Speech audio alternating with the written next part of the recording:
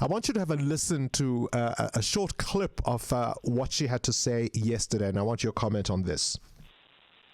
If you look at the proportion of farmers and the number of farm murders a year, you will find that farmers are 50 times more likely to be murdered than the ordinary South African. So that is out of all proportion to their numbers, they're at risk, and it is absolutely critical. More and more farmers are selling up if they can find a buyer. More and more farmers are parting with their land to the state to enable a once productive farm to lie in ruins. And we will one day have no food in this country if things carry on like this. What is your response to that? Because there is the other conversation that farmers are targeted specifically because they are farmers, and that obviously will have an impact on food security. Well, look, I mean, first of all, I think saying that farmers are 50 times more likely murdered in South Africa is patently false. There's just no evidence to support that. So I'm not sure where she's getting that from, but certainly we've looked into this, and that is statistic. It does not hold water. It's impossible to determine. And of course, when farmers are attacked, and there's been research into this, it can take anywhere between 18 months and 5 years for that farm to recover, especially if the farm owner or manager is killed in that attack. So it is hugely detrimental to those farms. I think the issue that there's been this massive outflow of people on farms is also a bit overly stated, because last year there was a census on people living or being employed in commercial agriculture. There were 757,000 people employed in agriculture. And this is only slightly less than the 769,000 employed 10 years before, in 2007. So it's not like there's this massive outflow of people on farms. So I think there's a lot of politics going on here, and we just need to look at the figures and the facts before we jump to conclusions about what's going on in South Africa. So ultimately, can you offer any insight into why these attacks are often so brutal? Because I think that's perhaps one of the issues that shocks people and opens this issue to politicization.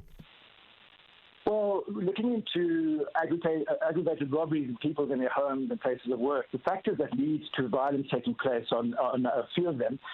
One of them is how long are the perpetrators at the scene of the crime? Typically in urban areas, because people are close to each other, the attackers want to be in and out within 15 to 20 minutes. If they're in the scene of the crime for longer, there's more likely to be violence. When they attack farms, they often cut the phone lines. They know that the police might take 3 hours to get there. Farmers are very vulnerable, so they tend to spend much longer on farms. So that's why we see more violence on farms. If you own a firearm and they discover the firearm when they attack you, even if you haven't used it, you're more likely to be a victim of violence. And if there's any altercation or any sense from the attackers that you're not listening to them, that you're going to be aggressive or threaten them, there's also much higher likelihood of violence. So there's a number of factors that can explain why attacks on farms are more violent than in urban areas generally. But there are also extremely violent attacks in urban areas. And when we've seen the people who've made these attacks on farms been arrested, they're often linked to attacks in cities and towns as well. They're not only attacking farmers, and they're certainly not only attacking white farmers. They're criminals who attack anybody, and their targets are based on vulnerability and the risk to them that they can get away with it. That's what drives it, not race or because the person's a farmer. Can you make stats say anything you want? Could you find any group of South Africans, be it nurses, be it doctors, be people of a certain demographic or certain age, and say proportionately this is the harm they may experience, and therefore that's likely to be X amount of times more than the rest of us?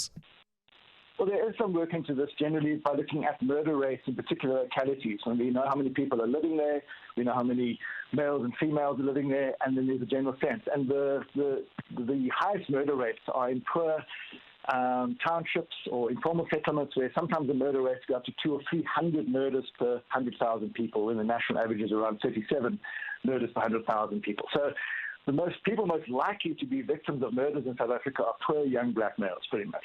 You're much more likely to be a victim of murder if you're a poor young black male than any other group of persons in South Africa. And generally, fortunately, farmers and other people in other categories are probably less likely to be murdered than poor young black males. Gareth Newham, thank you for your time, the head of the Justice and Violence Prevention Program at the Institute for Security Studies. Current events, developing stories, tough questions, your voice making a difference. This is Breakfast with Bongani Bingwa.